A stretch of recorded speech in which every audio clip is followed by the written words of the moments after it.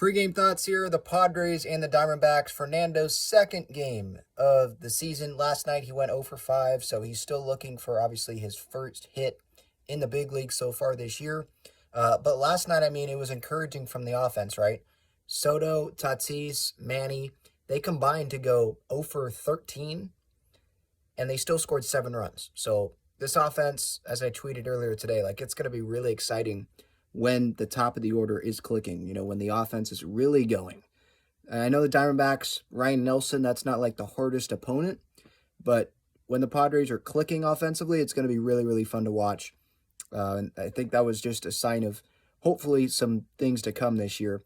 The lineup today, it's pretty much the same as yesterday. Nola's not catching, Brett Sullivan is catching, so I'm sure a lot of Padres fans are happy about that. But obviously, Tatis leading off, Soto hitting second, Manny hitting third, and then after Manny, you have Bogarts, then you have Crony, and then instead of Carpenter, it's Nelson Cruz because Zach Gallen is on the mound. So they're just changing that up a little bit. And then Grisham moves, he and Kim switch spots. Kim was hitting in front of Grisham last night. Grisham moves up after a really good night last night, had a couple gappers, so I guess that's deserving for him to move up there into that 7th spot. And then Kim and Sullivan there to round out the 8 and 9. I think that maybe they had Grisham hitting 7th and Kim hitting 9th, maybe because they didn't want back-to-back lefties there in the 8-9 because Sullivan is a lefty. And then you bring it up, obviously, with Tatis. So the lineup today, right, left, right, right, left, right, left, right, left. So it's pretty balanced. This is the same group of guys you're going to see most of the time, like I think I was saying yesterday. Yeah, Carpenter and Cruz, those guys are platoons. Sullivan's going to get in there sometimes. When Campy comes back, he's going to get in there. Nola is going to be sharing playing time with whoever the backup catcher is. But Tatis, Soto, Manny, Bogarts, Crony, Grisham, Kim, those are probably everyday players. Kim, some days he won't play second base based on maybe a matchup or whatever.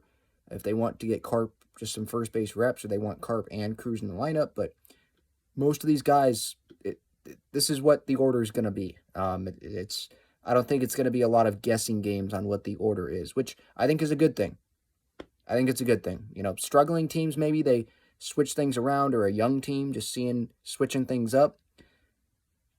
The top 5, it should be like that pretty much every game the rest of the year, I would think. Maybe you mess around with Tatis hitting 4th and Bogarts hitting leadoff or something like that, but it's going to be like this. Seth Lugo on the mound for the Padres today.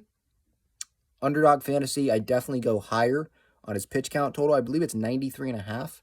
I think he can get to that. Zach Gallen on the mound for the Diamondbacks. He had a couple rough outings, and he's had a couple good outings. Lugo, he started off the season well, and then his last outing got knocked around a little bit. Bases loaded, that one situation, I believe he hit a batter, right? Either hit a batter or walked a batter against the Brewers last weekend. Padres ended up winning that game. That was that Saturday game.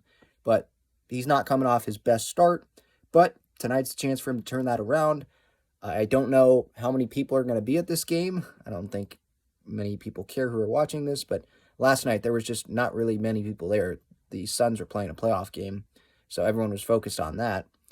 Tonight, Suns aren't playing, so maybe there's going to be more than, 20,000 fans there, and most of them are Padres fans. I think there's going to be a lot of Padre fans again, but maybe more D-backs fans kind of see what the reception is again for Tatis. Bullpen-wise today, it's in a pretty good spot. Garcia did not pitch yesterday, so he'll be good to go. Hader only, he's on back-to-back days, so he'll probably won't pitch tonight. They were probably saving Garcia for maybe multiple innings or the 9th inning tonight. That's why he didn't pitch yesterday. He pitched the day before yesterday. But Hill, I don't know if they have him go 3 days in a row, even though he only threw 2 pitches in the Braves series finale. But Wilson should be good. Kinnear should be good. Honeywell pitched 40 pitches last night, so he's not going. But the rest of the bullpen, Honeywell, Hader, probably not. Maybe Hader, but I doubt it this early in the year, back-to-back-to-back days. But everyone else should be good. So I like where this pitching situation is at right now. And we got one more day till the Joe Musgrove return, obviously. So I'm excited for tonight. Second game for Tatis. And Musgrove returns tomorrow. Post-game thoughts after the game.